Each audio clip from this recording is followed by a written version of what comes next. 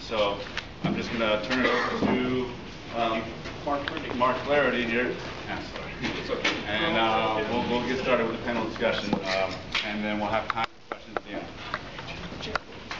Welcome. Thank you very much. I was here last month, and we talked financial planners, what they look like, where they come from.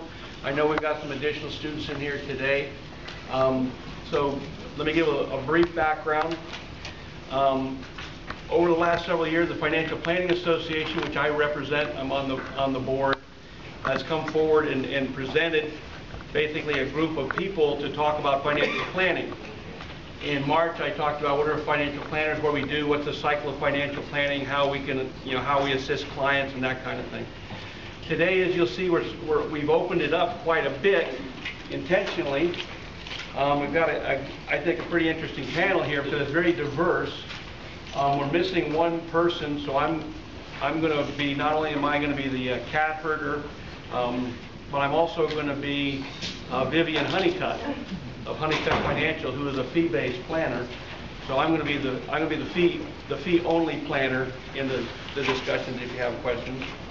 And I'll give a quick bio of who I am. But I'd like to thank the panel absolutely right off the bat. All of us are in business for ourselves in some fashion, so this is time away from their business. I certainly appreciate it. I definitely want to remark to Jerry Sullivan, who's a CPA, and getting a CPA to do anything outside the office this week has been remarkable. I really appreciate it. But that was because we have the CPA group here, I thought that was appropriate. I'm probably going to say the word advisor a lot, and I don't mean that as a slight to any of the people here, because several of them are not advisors, but they're here specifically to give you a different perspective.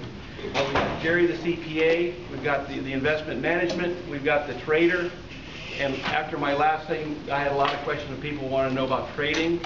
And then we've got Sally, who comes from the Frieden Agency on the insurance piece, and like I said, I'm playing the fee-only planner. The process we're going to use today is relatively straightforward. This is your program, essentially. What I've asked each of the people to do is to basically introduce themselves. What's my business like? What do I do every day? And then we're going to basically open up to your questions. And if you ask a question directed to one person, I'm probably going to choose another to give a supplementary or complementary reply to the question. And again, I'm going to be dual role. We're also going to try to stop about 5-10 past in order that if you have individual questions for individuals, there's time before your next class that you can engage them in conversation kind of thing. And if Vivian does join us, then I will turn it over to her. So if we could, let me start with Sally. Sally, if you could give a quick bio, what's your business day like, and what do you do? Can I stand up? Yes. Your choice. Much easier to project. I am Sally Kosen. I am an investment advisor representative with the Frieden Agency, and I'm just going to give you a brief overview. The Frieden Agency was actually started by my grandfather in 1928. He was the first general agent in the state of Virginia for John Hancock Life Insurance. When he deceased, my uncle Lenny Frieden took over, and when he retired, my cousins Jack and Bruce Frieden took over. I had nothing to do with this. I can show you and tell you my age. I'm 61. When I went to college, I had a choice of being a nurse, a teacher, or a social worker. I chose to be a teacher, and I ended up being a preschool teacher.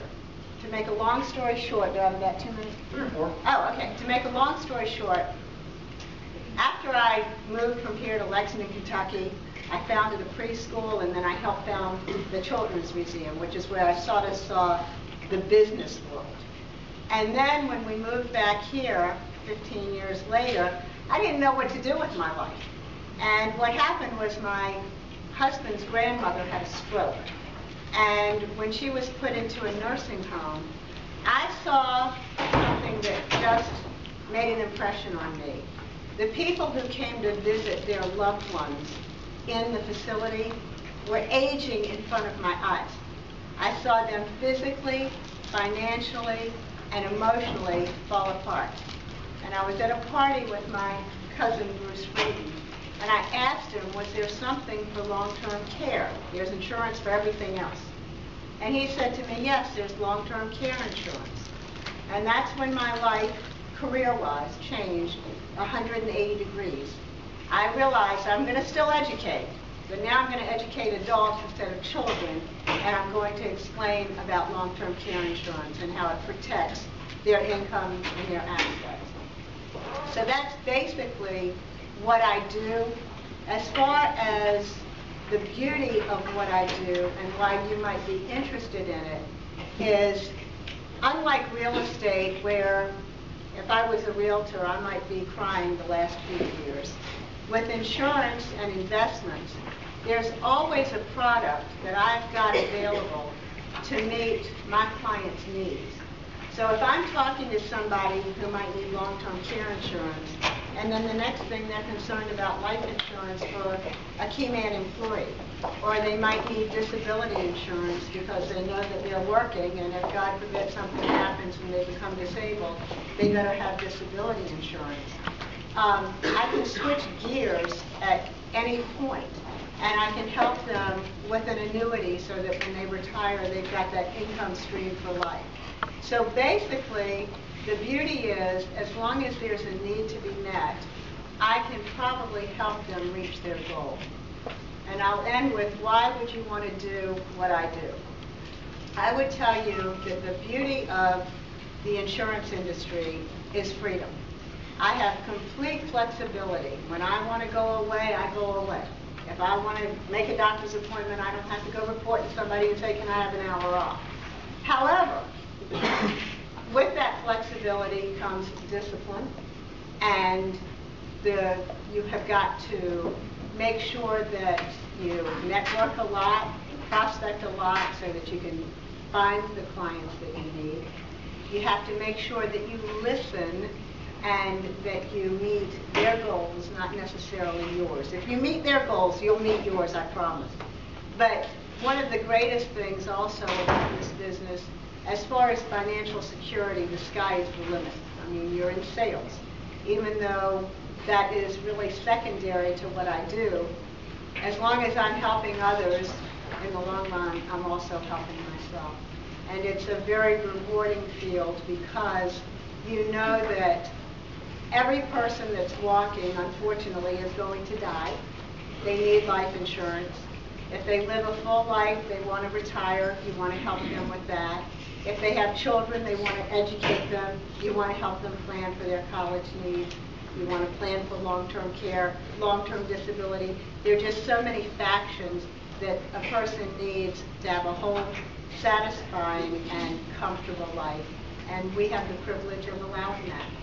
Thank you. Thank you. We got a special request to line up. Jason, if you could go next. Sure. My name is Jason Fichetti. I'm a managing principal. The majority of my work is focused in on hiring, training, and developing financial advisors, brokers, financial planners, investment professionals, and so forth. The majority of my day is spent, whether it's interviewing new or experienced people who are looking to get into the industry or looking for a better opportunity if they're experienced in the industry. I spend a lot of time in training and development, working whether it's in the classroom or also one-on-one with new financial advisors, experienced financial advisors to improve their practices.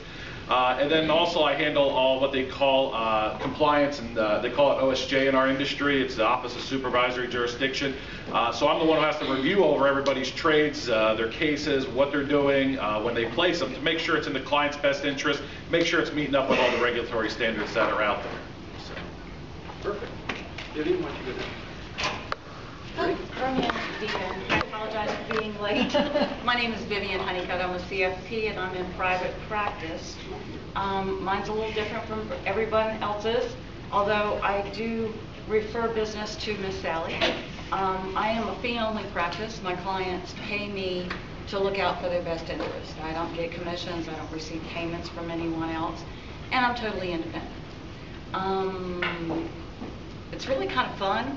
You like putting together puzzles and taking all the information they can come up with, figuring out where they want to go and how do we make it work, and you need to do something different. So it's fun. It's very flexible.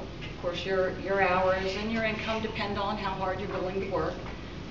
It's something that I got into after I had done the insurance and the investment and working for a brokerage company because I needed the flexibility.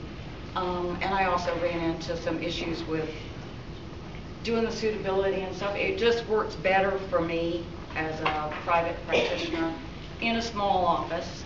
It's not where I would tell somebody that was just starting out to look at going. You need the background, you need the experience in the other industries before you go there. Perfect, thank you. Jerry? I'm not sure how I can explain to you what I do every day. As a CPA, I left here in 1974, meaning Old Dominion University, where I graduated from. Started with a firm in Norfolk. Did traditional CPA work for a number of years. Started my own firm in 1985. That's Sullivan, Andrews & Taylor, the firm I'm with today. Developed a specialty niche in commercial contractors, which I've got a special certification in that field. And as I've said before, to many people, if you live long enough and work in this field and have any feel for working with the humans, you hang around long enough, people think you're smart. So I morphed into more of a consultant in the construction industry. We started a fee-based financial planning firm in the year 2000. We really don't do a lot of financial planning per se. What we learned early on is our clients that are successful enough and have enough income and assets, they don't need to be told how to accumulate it. They want somebody to help them manage it and move into the next phase of life. So then I started doing estate planning about 10 years ago, and I do a lot of estate plans from scratch with ghost attorneys doing the documents. So when I tell my staff we're a firm of 20 people, if you're a CPA, there's no shortage of intellectually challenging work to do if you want to do it. You know, I haven't done a tax return or a financial statement in 15 years. I signed hundreds of them. We've got great CPAs that turn out great product. But you can take the corporate relationship, you can then take on their individual tax returns, you do their estate plan, you help them set financial goals, you get named as trustee on trust, executors on wills, and they give you their money to manage. You know, it's a wonderful way to have a career that you're very satisfied with because you got the whole client, the whole relationship. So public accounting can be about what it traditionally is about, auditing, review work, compliance work, but it doesn't have to be. It can be whatever you want it to be. And we've got some great CPAs in-house that love grinding that product all day long and they're good at it. But that's what they want to do, and then they want to go home, because what you're hearing from these people up here, if you do other things, then you really have hundreds of bosses. You really can't, you kind of control your schedule to a point. If people say you're self-employed, why can't you take off and go play golf for 3 days? Well, I've got hundreds of clients. And every time the phone rings, there's a new challenge. But it's a great field to be in, whether it's financial services, CPA work, as an investment firm, which is a second and separate firm for us. We are totally independent, fee-based, not sharing with anybody. It's a great time to be in the financial world. Thank you. Charlene. Well, I guess I have probably the easiest, hardest job, which is kind of interesting. I don't have customers. If I don't make money, I don't eat. My mortgage does not get paid. And basically what I do as a trader, and I have been a trader for 15 years, I have worked for myself solely for 35 years.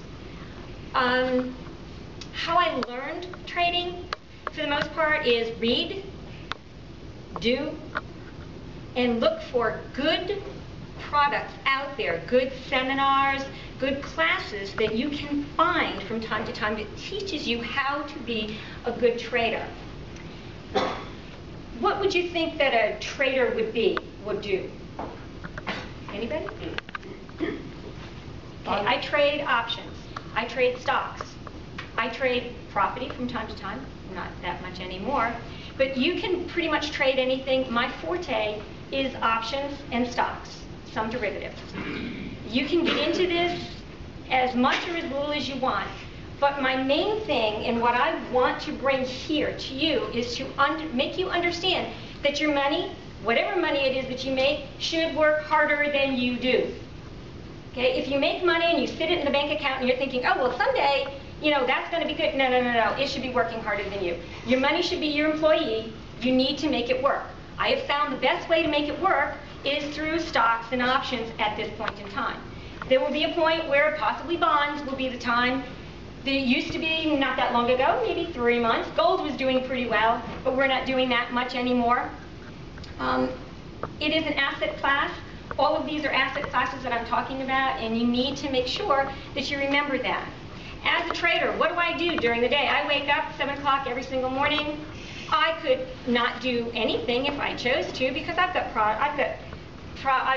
positions on, they're working, I can just let them work. Or I can trade and say, I'm going to take a couple of $1,000s and make a few $1,000s, and I can do that too.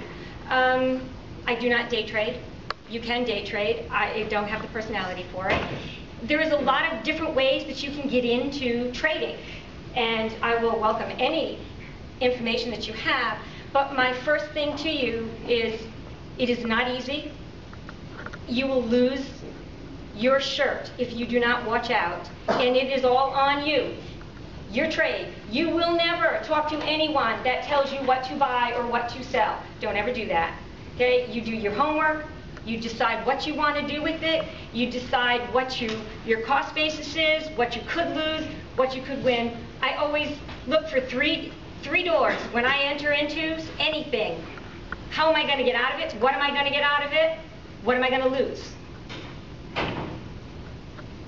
If you have any questions, let me know. All right. Obviously, a tremendous breadth. I personally would work for a Jason. Okay, I'm a fee-based planner.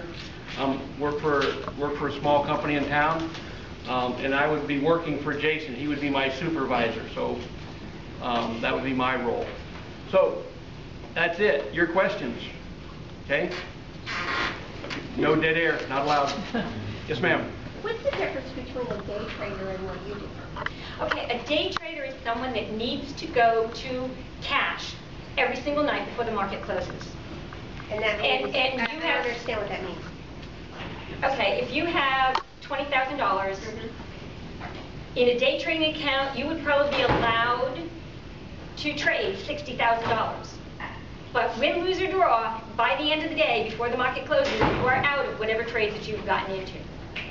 So if you've taken $10,000, you put $10,000 into Apple, and it went up so that you made $12,000, you're out, you made $2,000, you're done. If Apple at the end of the day is down $5, you just lost that money, but you're still out. Okay, where with what I do, I can get into a trade, and I can let it go for a week, a month, a day, an hour if I have to, you know, or if I can. In other words, when I'm going into a trade, I look at it and I say, there's a possibility that I can get $3 out of this trade. If it went up $2.50 in 3 hours, I'm so out of it. You know, if it doesn't go up, I wait. If it goes against me by 25 cents, I'm out of it. Okay. Good question. Next. Questions? If you don't ask questions, I got questions for them, and they prefer yours. Okay. Go ahead. Do you only trade the NYC, NASDAQ, or do you look into foreign markets? I really don't do foreign markets. It's more in the tax business of it that I prefer not to get into. So I really do stay in the American markets. But if you wanted to, you know, you can do ETFs pretty easily, and that has less tax implication of foreign. With the tax rate, with the Warren Buffett capital gains tax increasing, how is that going to affect your business? I'm going to wait to see what happens. Aren't we all? Yes, sir. I've already heard from one of the speakers. She started out being a teacher. How many of you started out wanting to be something else, and now you're totally like flip-flop? That's where you ended up right now. Jason, where do you start? I went to college for computer science, actually, and then you know, there wasn't enough people skills involved for me in that, and I actually answered a blind ad out of college and started in the insurance world. Then I found myself in the brokerage world, and finally more towards the financial planning. But the majority of the time was in management. But I had no intention. I was always interested in finance. and how it worked, but I had never looked into it. Sherry? Well, my comment was going to be, how many accounting majors are here today? How many pronouncements, FASBs, SARs, that are out there? You can't comprehend them all, right? When I graduated from here, there were 29 APBs, period, in the discussion. So accounting today, compared to where it was in the early 70s, it's not the same profession it used to be. Even if you start off in one place, depending on what you want to make of it, you know, CPA, PFS, you know, registered investment advisor, life annuity, you know, it's a matter of what you want to make of it. So I'm doing something couldn't be 180 degrees more different than where I started. I'm technically still a CPA. So a lot of it depends on what you want to make of it. You can go anywhere with any of these fields. Good question. Next. Okay, I got a question. You got John. Oh, I'm sorry. See, he's got an easier question. Oh, go ahead. Yeah, I was just wondering, for becoming a financial advisor, Yes. how important is experience, and what are some good areas to get experience to become? That's a great question. The experience isn't necessarily what most of the firms, I mean, some firms only hire experienced financial advisors, and obviously experience plays a big part in that. But there's a lot of firms out there in the insurance industry especially, sometimes the brokerage industry. They cut back in '08, but now a lot of the firms have put their training programs back in place and are doing new hires. What most firms are looking for is the right person more than they're looking for experience. Sometimes experience can work against you. There's some firms that actually prefer to mold somebody into and have that understanding from their systems or their way of doing business. So I think unless you're experienced and very successful, that's a different story, but sometimes experience is a little overrated. So. Okay. Sir? Kind of along the same lines, but more for the CPA side. Coming out, like if you have your degree in accounting, but you haven't finished the CPA exam or even started it yet, you know, what's a good way to get experience? Or in your case, like coming out of college, what was a good path to get some, you know, accounting experience and, you know, proceed in the profession? I mean, we've hired a lot of graduates. We've focused on hiring graduates for the last 8 to 10 years. You know, almost none of which have passed the exam. I've got a nice young lady working for me now with a master's in accounting that's working to pass the CPA exam. You know, it's you just get into it if you can, and I love public accounting, especially at the local level. You get into it, get some experience, start working on it, find a firm that is willing to work with you and help you develop. That's what we've always done and had great success with. And some people don't have the aptitude for it. You learn that pretty quick, and in a shop like ours, they learned that pretty quick. And, I mean, start in public if you think that's what you want to do. Trader again. No more trading questions. This is for the CPA. Okay. How do you, being a small firm, how do you compete with the larger firms? Are you like the alignment? And the second part of that question is, as far as mergers, what are the key components that you would assess before jumping to a merger? We get approached at least once a year, every year if somebody wants to buy us, at least the last 10 years. My mission with our firm is to perpetuate it to the next generation. I've already got the next managing partner of the firm. He'll take my place next year. I'm going to work 10 more years, but he's only 33 years old. We focused years ago on developing younger referral sources to feed into the natural younger talent, because I've always said my client base is going to die with me. So I can't perpetuate my client base to younger people. I've always said I don't care what you do for a living, anybody up here, in any field any of us are in, anybody could come along and start a business in this case a CPA firm, and surpass us. One of the reasons they come after our shop, we have one particular niche that was developed, which is the commercial contractor field, and we have virtually all of them as our clients here and in Richmond. So we've got a specialty that nobody else has, and as a CPA firm, we don't bid work, we don't do any fixed fee work. It's relationship driven. I've got clients I'll bill every month of the year. Somebody comes in to see me and they want a $20,000 audit done, I'm going to bill them $40,000 next year. Because they're going to use me for the audit and they're going to use me for other things once they get used to the service and the relationship side. So we set ourselves apart by not being compliance driven. That's meaning it's all about the relationship. And you have to earn it, you have to do a good job. But if you do that, bigger firms are not a threat. You know, I got a nice new client yesterday, new contract client from a firm in downtown Norfolk that's at least 4 times our size. It was a service issue. Yes, ma'am. Vivian, what motivates people the most to seek out your services? Usually it's when they realize that they don't understand all of their financial life or what's going on. I have a lot of, right now I have a lot of retirees, high net worth, that are concerned. They've accumulated all of this money. They've got kids that they're not sure, do they want to keep managing it? How should they be looking at it?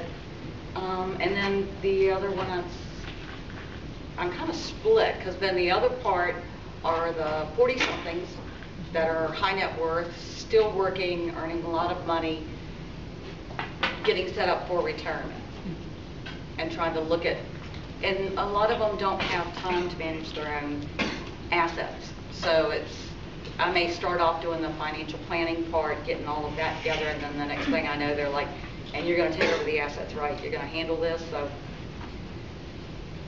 it does, and it's a fun practice because I can work with any number of people. I do things by the hour.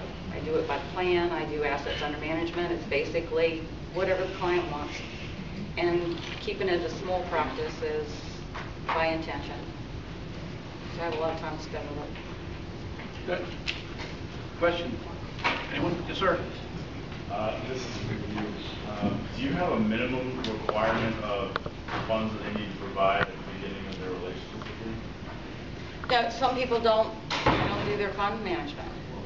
I have 2 clients. I put together their financial plan, got everything done, made sure they understand what we were doing, and then they call up and they'll come in twice a year, and they'll pay me by the hour. They'll bring their statements, and I've still got, recommendations I did. I'll charge them by the hour. We'll go over it. I'll tell them where they need to reallocate, make sure nothing's changed in their life. They go on their way. So it's the way I run my practice. It's up to the client what they want. Anyone else? Question for you, because you probably only want to deal with clients that have a certain amount of money to really make your service, yes, your services worthwhile. Actually, no, I basically run my own money. Oh, okay, so you just run your own money? I run my own money. You don't run it for clients? The other thing that I will do from time to time is if a financial planner calls me up and says, hey, I've got a customer, they're looking at Apple, is now the right time to get into it, what are you seeing is going on? Because I'm pretty much a technician. And so I do a lot of technical analysis and stuff, so people will call me from time to time for technical analysis. That's really the only other way that I would get it, and that's such a minuscule amount of money. So you're not trading other people's money, just your own? So you're managing your own money and doing active trading to make yourself money? Interesting. That's what I do. That's a lot of hard work. Yeah. That's a lot of work. It's not easy. I mean, listening and looking. Yeah, I mean, it's a fabulous thought. You think, oh my God, I can do anything I want. Oh yeah, you can, and you get to work half days. You get to pick which of the 12 hours. Go for it. And 7 days most of the time, because you've got your own taxes to prepare and everything else. I mean, it's interesting, and it's doable. But what you need to understand is your money needs to be working for you. You need to know what to do with it. Do something with it. Learn. Okay, slightly, let me ask a question here, because I'd like to just go down the panel. Because a lot of people here are looking at financial services as we're represented here. So I'll start down with Sally. Where do you see your industry, your niche in the industry, where do you see it in 5 and 10 years? Great question. It's very interesting. I was going to say, one thing when you're in the insurance business, or that I believe, is you've got to have a niche, and you have to be an expert at something. Everybody who is an insurance agent can sell what I sell. But I pride myself, first of all, on service, living by the golden rule, making sure that I do for everyone what I would want done for myself. But it's that niche, and my niche is long-term care insurance. And you talk about an industry that is changing as we're sitting here. It is amazing to me, when I got into this business 15 years ago, There was a company called CNA. They were the #1 player in long-term care insurance. They're gone. Prudential just pulled out as of March 31st. MetLife left last year. It is amazing. We went from about, I don't know, 20 really major insurance companies that sold long-term care insurance to a handful. I mean, I can tell you John Hancock, Genworth, Transamerica Mutual of Omaha, that's it. It's very interesting, and it's because we are an aging society. So, in answer to your question, the insurance industry in every way changes constantly. So you have got to know the game, you've got to understand it, and you have to be sure that you are staying on top of it for your clients. Charlene, your industry in 5 and 10 years. It should be very interesting. I think that the stock market will always be there. So there will always be opportunities to make money within the market for investments. Right now, I believe America is at a pretty decent place considering what's going on in Europe. So I think our companies are going to do well. We do have multinationals, but I think they're going to do well. So there's always something to invest in. I think it will always be that way. I mean, we're the go-to. You think it'll be more automatic trading, or I mean, where's the person in your business going to be in 5 years?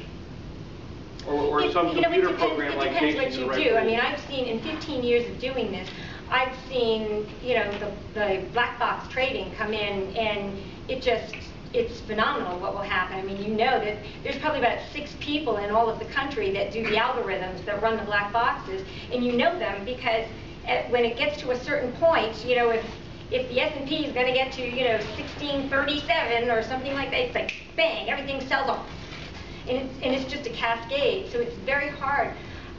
There'll always be a small place for a small investor to work with, but it's huge conglomerate trading, big, huge trading. So it's changed a lot, and it will change more. But I think there'll always be a place for an individual trader. Good. Jason? I see a lot of growth in our industry, and the main reason is that there's going to be a big changeover here in the next few years. And don't quote me on this with the stats, but the average age of a financial advisor, I believe, is in the late 50s. It's in their 50s right now. So as those people retire, there's going to be a tremendous need for new advisors coming in. There's such a small number that are under age 30 or even under age 40 in this industry. That there's going to be a glut there. And with 2008, the cutback in hiring, the cutback in training programs, it's actually really exacerbated that as well. So you're going to see over the next 5 years, and especially over the next 10 years, as this large group of financial advisors go into retirement, that there's going to be a tremendous opportunity for those coming into the business. And the other side is that the business is very top-heavy right now. The majority of the assets are sitting with a very small number of advisors. As those ones retire, they don't hand off a $300 million book of business to a new guy in the business. Those assets get spread over many different advisors to better service those clients. So you're going to see a lot of transformation in the next 5 and especially the next 10 years as those advisors go into retirement. Thank you. Gary? CPAs historically are very slow to change, very conservative profession. I'm seeing more and more evidence and articles and whatever, CPAs wanting to move out of the traditional compliance role into financial services and taking care of the bigger picture like we're doing. I think the profession will gradually move in that direction. It's trying to now. Part of the handicap is a lot of the people in the profession really aren't suited to it. It's not why they got into it initially. It isn't what brought them into it. But they're waking up to doing compliance work every day, all day, pretty much limits the financial benefits. I can only work extra my billable hours at such a rate and get such a yield. If I'm not working, I'm not making anything. So they're waking up to the income opportunities or the broader financial services. They're trying to develop the ability to get into it. How successful they are is largely going to depend on the human. If you're comfortable on the compliance side, it won't work so well because you'll limit yourself on the financial services side. But 5 to 10 years, more and more CPAs will be doing broader financial services, no question. Thank you. Vivian? The fee-only model and type of practice is relatively new, 10 years ago. It is taking on more momentum now, and we do, like you mentioned, have a lot of advisors in this category that are in their 50s that are already looking at business continuity and succession. And while I'm a small practice, there's another fee-only advisor on the peninsula. She's mid-30s. She's been in the business for 10, 15 years. We have an agreement for continuity for our clients because it's my obligation to my clients to make sure that if I get hit on the interstate down there and I can't go to work, they're not left hanging. There's somebody that can step in, take care of them. And I see that it's growing, and we're seeing more practices that are having multiple planners, multiple advisors, pulling in more disciplines. They have their own attorneys and CPAs and do everything in-house, but they're managing it on a level to where they can still maintain personal contact. They know what's going on with clients. I know my clients' children's names, I know where they live, I know what they're doing, who lost their job. So I can see it growing. Whether in the growth some practices get so large that they lose what we have now remains to be seen. But it's going to be the younger generation that's going to have to step in and do it. And I think while you can go on the internet, you can piece together a whole lot of things. You can also end up going in circles. I've done it, looking at stuff on the internet. And that's what happens with people. And so then they want somebody that they can come in, talk to. And since they're paying for the information, like going to the CPA or going to the attorney, it means more to them. Excellent. Okay, last question. What kind of certification or license do you need to practice your practice? Do you need any certification or state license? Or? Yeah, you have to get licensed through the state. I'm a CFP, and then you have to get licensed as a registered investment advisor. The licensing and credentials thing would be its own hour, okay? Because they all have different ones. They go at it differently. It is truly a morass. As I indicated, we're going to stop now. The name of this program is Bridge the Gap. The idea, it was mentioned up here, the average age of advisors is 10 years younger than me. But a lot of people are looking to transition their practice, and that's why we're trying to attract people as yourself to consider financial services in some venue, some form. Do want to leave some time for you to ask individual questions, better suited one-on-one. So if you have the time to remain afterwards, I'd appreciate it. And I'd like to thank the panel for their time, the students for your attendance, and thank you.